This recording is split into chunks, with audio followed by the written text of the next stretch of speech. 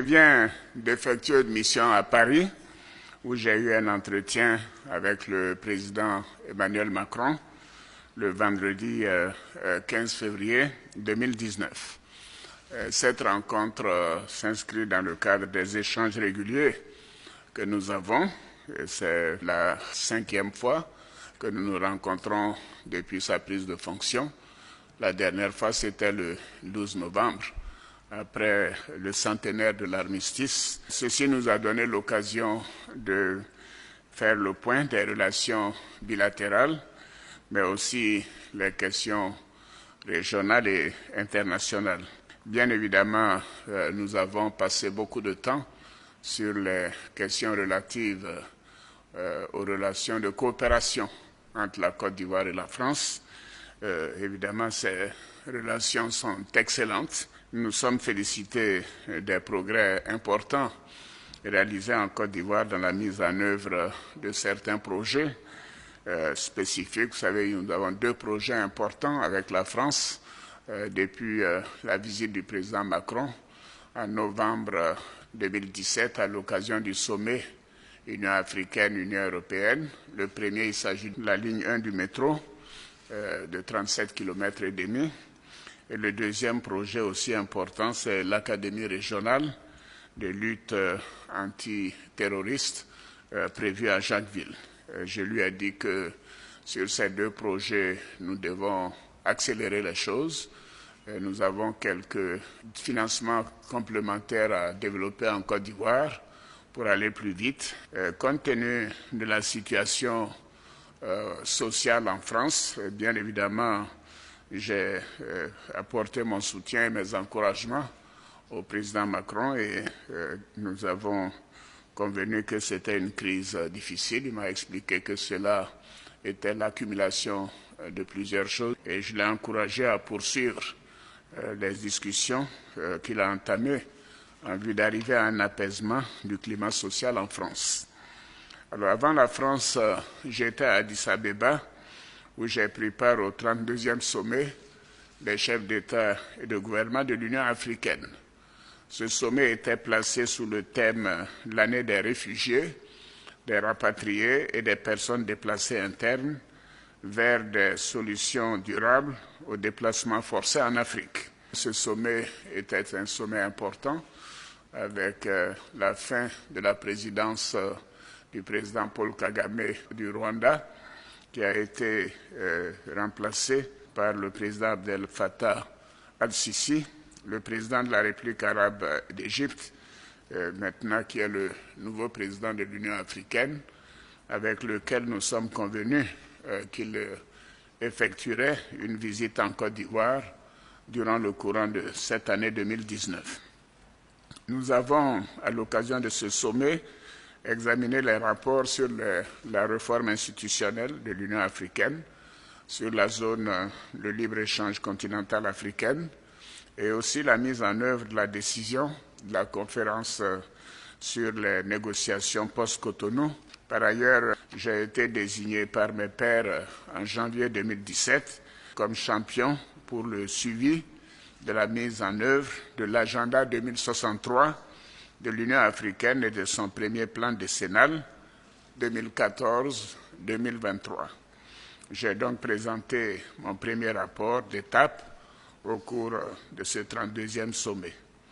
L'agenda 2063, je le rappelle, est un instrument stratégique qui permet de planifier et de voir ce que sera l'Afrique dans un demi-siècle. C'est une vision qui s'opérationnalise à travers des plans décennaux qui permettront aux États, aux communautés économiques régionales, par exemple la CEDEAO et d'autres, et aux organes de l'Union africaine, de préparer et de mettre en œuvre les programmes de développement à court et à moyen terme.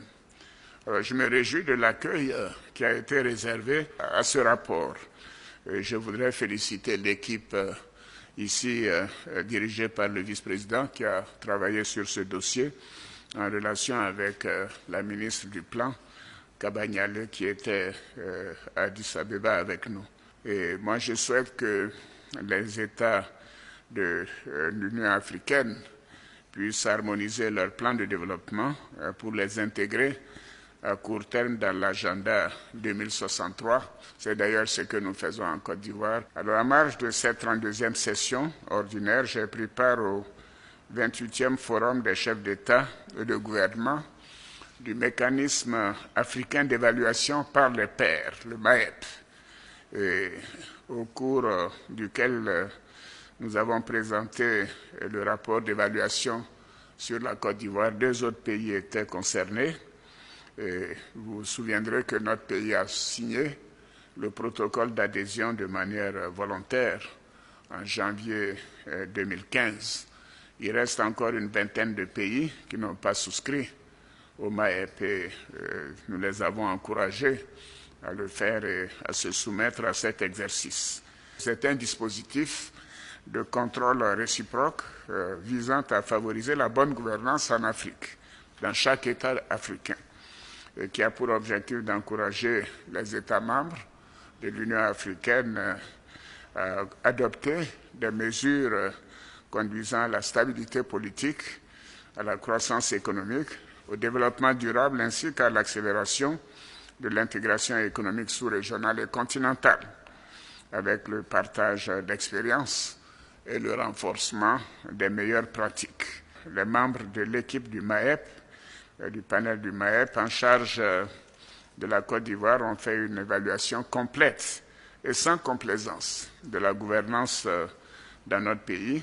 Ils ont relevé un certain nombre de points sur lesquels des efforts doivent être accentués par le gouvernement, tout en soulignant des progrès impressionnants accomplis par notre pays au cours de ces dernières années.